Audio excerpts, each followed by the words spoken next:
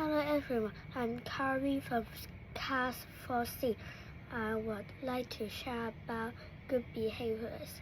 We should wait patiently at the bus stop. We shouldn't wait impatiently at the bus stop. We should arrive early for school. We shouldn't arrive late for school. We should eat politely in the restaurant. We shouldn't eat rudely in the restaurant. We should speak politely to the waiter.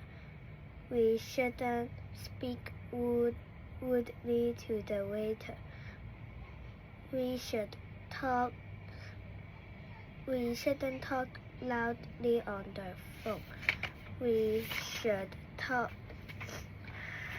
softly on the phone. This is the end of my sharing. Thank you.